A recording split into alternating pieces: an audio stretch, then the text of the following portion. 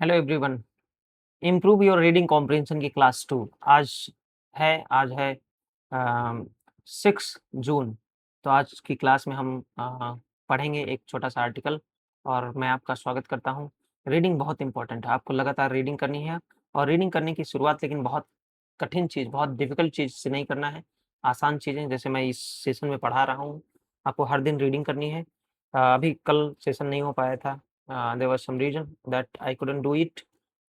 लेकिन मैं कोशिश करूँगा कि इसे करूँ, अ, रेगुलर करूँ और आपको हेल्प मिले जिससे आप रीडिंग अपनी इम्प्रूव कर पाओ।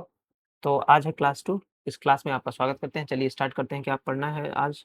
आज एक छोटा-सा आर्टिकल हम लोग पढ़ेंगे, वो है देखिए आज क्लास 2 है ना? तो छोटा-सा आर्टिकल है, इस आर्टिकल का नाम है अ, व्हाई ह्यूमन्स प्रोक्रेस्टिनेट। इंसान को जो है प्रोक्रेस्टिनेट क्यों करते हैं? प्रोक्रेस्टिनेट करना क्या मतलब होता है? प्रोक्रेस्टिनेट करना मतलब होता है काम टालना, ठीक है ना? Why humans procrastinate. ह्यूमन्स जो है प्रोक्रेस्टिनेट क्यों करते हैं? काम क्यों टालते हैं? देखो, पोस्टपोन करना और प्रोक्रेस्टिनेट करने में अंतर है। जैसे पोस्टपोन करना मतलब कोई काम अभी करना है, बाद में कर लेंगे, है ना? उसका एक टाइमिंग सेट है। लेकिन जैसे मान लो आज काम होना है, आज कोई प्रोग्राम है, उसको टाल दिया गया, पोस्टपोन कर दिया गया, अब वो 2 दिन बाद होगा। लेकिन प्रोक्रेस्टिनेट क्या होता है कि कोई इम्पोर्टेंट टास्क है आपके पास, उसको लगातार टालते जाना, टालते जाना, टालते जाना, कि अभी कर लेंगे, तभी कर लेंगे, है ना? अभी आधा घंटा और सो लेते हैं, 1 घंटे और मूवी देख लेते हैं, शाम हो गई, पता लगा, चलो छोड़ो, कल कर लेंगे। तो इस तरह का जो एटीट्यूड है, ये क्या है? प्रोक्रेस्टिनेशन है। इस तरह का जो काम है, वो क्या है? प्रोक्रेस्टिनेशन है, ठीक है? तो ये वही है आर्टिकल कि व्हाई ह्यूमन्स प्रोक्रेस्टिनेट। इंसान जो है प्रोक्रेस्टिनेट क्यों करता है? Procrastination is the habit of delaying important task. Procrastination क्या है? ये हैबिट है, आदत है। किस चीज की आदत? Of delaying important task. जो महत्वपूर्ण जो कार्य हैं, काम हैं, टास्क हैं, उनको डिले करने का, उनको टालने की आदत है। इवन व्हेन, तब भी जब पीपल नो दैट, लोगों को पता होता है कि पोस्टपोनिंग वर्क में क्रिएट स्ट्रेस, कि काम को टालना, पोस्टपोनिंग वर्क, काम को टालना में क्रिएट स्ट्रेस, उससे स्ट्रेस उत्पन्न हो सकता है, तनाव उत्पन्न हो सकता है और प्रॉब्लम्स लेटर, या फिर बाद में समस्याएं पैदा हो सकती हैं। लेटर मतलब बाद में। साइकोलॉजिस्ट्स जो मनोवैज्ञानिक हैं, एक्सप्लेन एक्सप्लेन करते हैं, बताते हैं दैट कि procrastination is not simply laziness, कि जो प्रोक्रेस्टिनेशन है वो लेजीनेस मात्र नहीं है, आलस्य मात्र नहीं है। इन मेनी केसेस, बहुत सारे मामलों में, it is connected to emotions, या कनेक्टेड होता है, जुड़ा होता है टू इमोशंस, भावनाओं से। किस तरह की भावनाएं? जैसे सच है, जैसे कि फियर ऑफ फेलियर, है ना? हार का, असफलता का, फेलियर का डर, एंग्जायटी, एंग्जायटी मतलब तनाव, घबराहट, चिंता, परफेक्शनिज़्म, परफेक्शनिज़्म क्या होता है? हर चीज़ को परफेक्ट करने का जो कीड़ा भूत सवार होता है लोगों में, वो परफेक्शनिज़्म कहते हैं। उसकी वजह से जब तक हर चीज़ परफेक्ट नहीं हो जाएगी, हम करेंगे नहीं, हम आगे नहीं बढ़ेंगे, हम शुरू नहीं करेंगे। तो इस तरह का जो एटीट्यूड है वो परफेक्शनिज़्म एंड और लैक ऑफ मोटिवेशन, या फिर मोटिवेशन की कमी, लैक, लैक मतलब कमी या अभाव, ठीक है ना?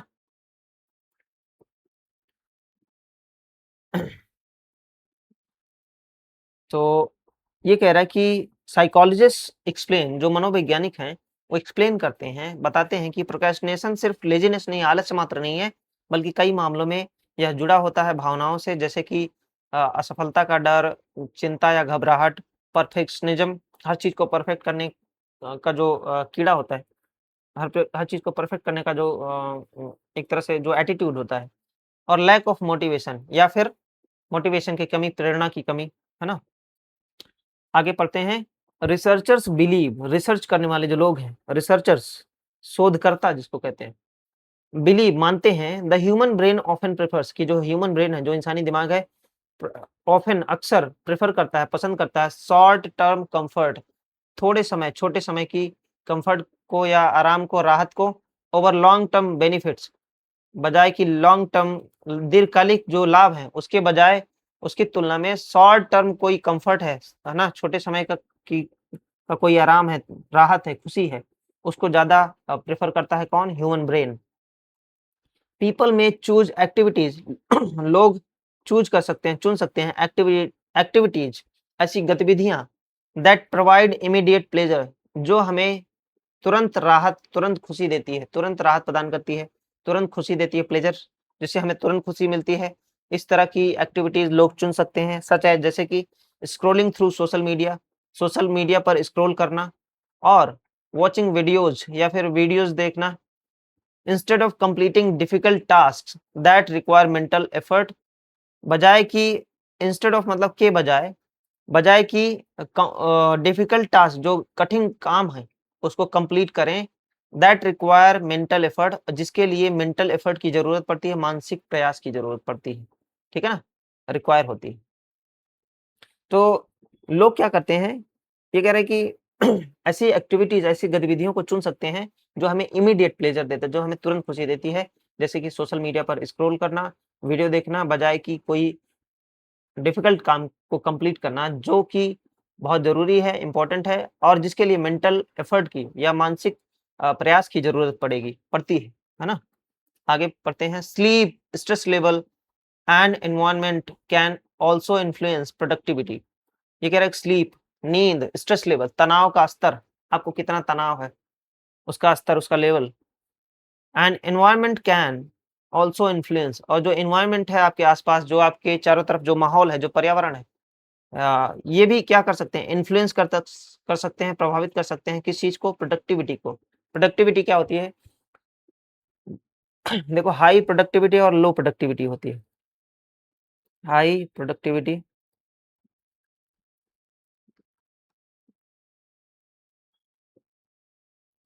लो प्रोडक्टिविटी, ठीक है? तो हाई प्रोडक्टिविटी क्या है? जैसे थोड़े समय में ज़्यादा काम करना। मान लो 2 घंटे काम किया लेकिन काम हुआ है 4 घंटे वाला, ठीक है?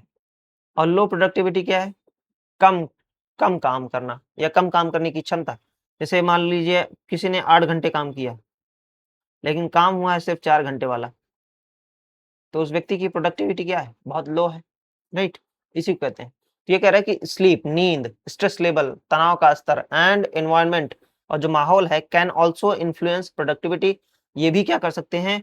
प्रोडक्टिविटी को प्रभावित कर सकते हैं, इन्फ्लुएंस कर सकते हैं। नॉइज़ी सराउंडिंग्स, जो शोर-शराबे वाली जो माहौल है, शोर-शराबे वाला जो सराउंडिंग है, आस-पास का जो माहौल है, कांस्टेंट नोटिफिकेशंस, लगातार, कांस्टेंट मतलब लगातार, निरंतर आता हुआ नोटिफिकेशन, एंड मेंटल एग्जॉशन, और मानसिक जो थकान है, एग्जॉशन है, रिड्यूस कंसंट्रेशन, वो क्या करते हैं, कंसंट्रेशन या ध्यान केंद्रित करने की क्षमता को क्या कर सकते हैं, रिड्यूस कर देते हैं, and make delaying work more likely, और इससे जो है काम को टालना, डिलेइंग वर्क, काम को टालना ज़्यादा संभावित हो जाता है, मतलब कि मोर लाइकली मतलब ज़्यादा संभावित हो जाता है। कहने का मतलब इसकी वजह से कंसंट्रेशन या ध्यान केंद्रित करने की जो क्षमता है वो कम हो जाती है, और काम टालने की जो संभावना है वो ज़्यादा बढ़ जाती है और ज़्यादा हो जाती है। ऑन दी अदर हैंड, दूसरी तरफ, ऑन दी अदर हैंड का मतलब दूसरी तरफ, क्लियर शेड्यूल्स, स्पष्ट क्या, शेड्यूल, समय सारणी, हर चीज़ का शेड्यूल बना हुआ है। कितने बजे क्या करना है, कब करना है, क्या करना है, कितना करना है। क्लियर शेड्यूल, स्पष्ट शेड्यूल, या स्पष्ट समय सारणी, एंड डिस्ट्रैक्शन फ्री एनवायरनमेंट्स, और ऐसा एनवायरनमेंट, ऐसा माहौल जहाँ पे डिस्ट्रैक्शन ना हो, डिस्ट्रैक्शन फ्री हो, है ना, भटकाव मुक्त हो, कैन इम्प्रूव फोकस सिग्निफिकेंटली, ये क्या कर सकते हैं, फोकस को, ध्यान केंद्रित करने की क्षमता को अत्यधिक बढ़ा सकते हैं, अत्यधिक उसमें इम्प्रूवमेंट ला सकते हैं, बहुत ज़्यादा उसमें सुधार कर सकते हैं, है ना, बेहतर बना सकते हैं, ठीक है, सिग्निफिकेंटली मतलब अत्यधिक।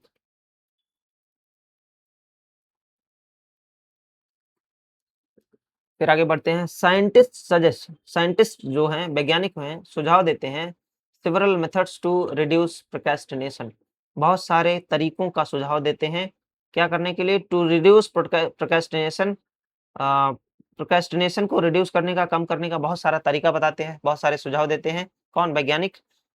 इंक्लूडिंग सेटिंग रियलिस्टिक गोल्स, जिसमें शामिल है, इंक्लूडिंग मतलब जिसमें शामिल है, सेटिंग रियलिस्टिक गोल्स, मतलब कि वास्तविक गोल्स, लक्ष्य निर्धारित करना, सेट करना। वास्तविक लक्ष्य निर्धारित करने का मतलब है कि ऐसे लक्ष्य बनाना जिनको आप आसानी से प्राप्त कर सको, हासिल कर सको। ये नहीं कि आज मैं 14 घंटे पढ़ूँगा। अरे!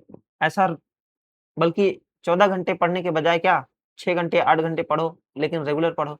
वो गोल जो है 6 घंटे 8 घंटे पढ़ने का रेगुलर वो अचीव होने की संभावना उसकी ज़्यादा है, बजाए कि आप 14 घंटे रोज़ पढ़ने का वादा करें और लेकिन ना पढ़ पाएँ, है ना? तो रियलिस्टिक गोल बनाना, जो वास्तविक जो लक्ष्य है, उसको निर्धारित करना। फिर क्या करना? मेंटेनिंग रूटीन्स, आपकी जो भी दिनचर्या है, उसको क्या करना? मेंटेन करना, उसको उसको बनाए रखना, है ना? उसको प्रॉपर्ली फॉलो करना एंड रिवॉर्डिंग प्रोग्रेस, अगर आपने कोई सुधार किया, प्रोग्रेस की है, प्रगति की है, तो उसको रिवॉर्ड करना, उसको इनाम देना, है ना? आफ्टर कंप्लीटिंग टास्क, कोई भी काम कंप्लीट करने के बाद, कोई भी काम पूरा करने के बाद, उस प्रोग्रेस को, प्रगति को या जो सुधार हुआ है, उसको रिवॉर्ड करना, उसको उसको इनाम देना। ये सारे कुछ मेथड्स हैं जिसकी वजह से प्रोक्रेस्टिनेशन क्या हो सकता है? कम हो सकता है, रिड्यूस हो सकता है, ऐसा साइंटिस्ट सुझाव देते हैं। सम रिसर्चर्स आल्सो एम्फसाइज, कुछ जो रिसर्च करने वाले लोग हैं, शोधकर्ता हैं, वो इस बात पर भी जोर देते हैं, एम्फसाइज करते हैं। एम्फसाइज करना मतलब किसी बात पर जोर देना, जोर देकर कहना, है ना? ए ये क्या क्या करते हैं, इस बात पर भी जोर देते हैं। क्या जोर देते हैं? The importance of self discipline, मतलब आत्म संयम या आत्म अनुशासन, स्व अनुशासन की जो इम्पोर्टेंस है, जो उसका जो महत्व है, इस उस महत्व पर भी जोर देते हैं कुछ शोधकर्ता। ओवर टेम्परेरी मोटिवेशन, थोड़े समय की जो मोटिवेशन है, थोड़े समय की जो प्रेरणा है, उसके बजाय वो सेल्फ डिसिप्लिन की इम्पोर्टेंस पर, सेल्फ डिसिप्लिन के महत्व पर जोर देते हैं। कौन? रिसर्च करने वाले लोग। Although procrastination is extremely common, यद्यपि जो प्रोक्रेस्टिनेशन है बहुत ही कॉमन है, बहुत ही आम है। साइकोलॉजिस्ट बिलीव, लेकिन साइकोलॉजिस्ट जो है मनोवैज्ञानिक बिलीव करते हैं, मानते हैं that it can be controlled, कि इसे कंट्रोल किया जा सकता है, नियंत्रित किया जा सकता है थ्रू कंसिस्टेंट हैबिट्स, निरंतर एक रूप आदतों की द्वारा इसको क्या किया जा सकता है? कंट्रोल किया जा सकता है, ठीक है ना? And better understanding of human behaviour, और मानवीय व्यवहार की बेहतर समझ के साथ और लगातार कंसिस्टेंट हैबिट, एक ही तरह की हैबिट को फॉलो करना, अ, और मानव व्यवहार की समझ, बेहतर समझ के साथ क्या कर सकता है, क्या किया जा सकता है? ऐसा साइकोलॉजिस्ट मानते हैं कि प्रोक्रेस्टिनेशन को कंट्रोल किया जा सकता है, उसको नियंत्रित किया जा सकता है, जो कि बहुत ही ज़्यादा कॉमन है, बहुत ही ज़्यादा आम है ना? Extremely common, right? तो ये छोटा-सा आर्टिकल था जो आपकी रीडिंग में हेल्प करने करेगा डेफ़िनेटली, और इस सेशन को रोज़ जॉइन करिए, लगातार जॉइन करिए, आपको बहुत मदद मिलेगी। देखिएगा, अगर 2-3 महीने आपने इस सेशन को लगातार कर लिया, बार-बार जो पीछे के वीडियो आप देख चुके हैं, फिर से उसको देखना, फिर से रिवाइज़ करना, है ना? जब भी टाइम मिले। तो अगर आप ऐसा लगातार 2-3 महीने, 4 महीने कर लिए मेरे साथ, definitely you will be a different person altogether, definitely. उसमें कोई दो राय नहीं है, ठीक है ना? इस बात की गारंटी है। तो ऐसे स्टूडेंट्स जो एडिटोरियल सेशन जॉइन करना चाहते हैं, जैसे अपनी रीडिंग स्किल को और भी ज़्यादा इम्प्रूव करना चाहते हैं, नेक्स्ट लेवल पे ले जाना चाहते हैं, वो मेरे साथ मेरे एडिटोरियल सेशन में जुड़ सकते हैं। मंडे टू सैटरडे सुबह 9:15 बजे चलता है, और आपके एग्ज़ाम के पॉइंट ऑफ व्यू से बहुत इम्पोर्टेंट है ये सेशन। क्यों? क्योंकि सीजीएल का नोटिफ़िकेशन आया, उसमें सीधे-सीधे साफ-साफ लिखा है कि आपके एग्ज़ाम में जो पैसेज आएगा, वो या तो किसी रिपोर्ट पर आधारित होगा, नहीं तो किसी एडिटोरियल पर आधारित होगा। अगर एडिटोरियल से आया भाई, तो क्या ज़ाहिर-सी बात है, आपको एडिटोरियल सेशन जॉइन करना ही पड़ेगा। और इस एडिटोरियल सेशन में क्या पढ़ाते हैं? देखो, कुछ ऐसा टॉपिक टॉपिक रहता है, जो ट्रेंडिंग न्यूज़, जो अभी वर्तमान में जो न्यूज़ ट्रेंड कर रही है, उस पे बेस्ड होता है। उस न्यूज़ के बारे में आपका एक तरह से करंट अफ़ेयर्स भी बेहतर बनता है। कॉम्प्रिहेंशन बिल्ड होता है ना? उसकी अंडरस्टैंडिंग, कॉम्प्रिहेंशन, इंग्लिश पढ़ने की, है ना? और पैसेज सॉल्व करने की की जो समझ है, अंडरस्टैंडिंग है, वो भी बेहतर होता है। साथ ही साथ वोकैब्युलरी आपकी बहुत मजबूत हो जाती है, बहुत इम्प्रूव हो जाती है। और इस दौरान अगर कोई ग्रामेटिकल कोई कॉन्सेप्ट आता है, तो उसके उसके डिस्कशन से या उसको जानकर आपका ग्रामर भी बेहतर होता चला जाता है। और साथ ही साथ हम लोग क्या करते हैं, क्विज़ करते हैं। वोकैब की कुछ क्विज़ करते हैं 20 से, जिसमें 20 से 25 क्वेश्चन रोज़ हम लोग सॉल्व करते हैं। और ये जो क्विज़ है ना, इसमें जो क्वेश्चन्स आते हैं वोकैब के, चाहे वो सिनोनिम हो, चाहे वो एंटोनिम हो, चाहे वन वर्ड सब्स्टिट्यूशन हो, या फिर इडियम फ्रेज़ हो, या फिर फ्रेज़ल वर्ब हो। अ, अभी वर्ड फैमिली मैंने शुरू किया है, उसको डिस्कस करना। चाहे वो स्पेलिंग टेस्ट हो, राइट? ये सारे के सारे जो वर्ड्स मैं इसमें डिस्कस करता हूँ इस क्विज़ के माध्यम से, वो बहुत ही ज़्यादा इम्पोर्टेंट है, और आपके एग्ज़ाम में सीधे-सीधे पूछे जाते हैं। तो इस सेशन को जॉइन करना बहुत इम्पोर्टेंट है। तीसरी क्लास में मैं आपसे मिलूँगा। Until then bye, take care.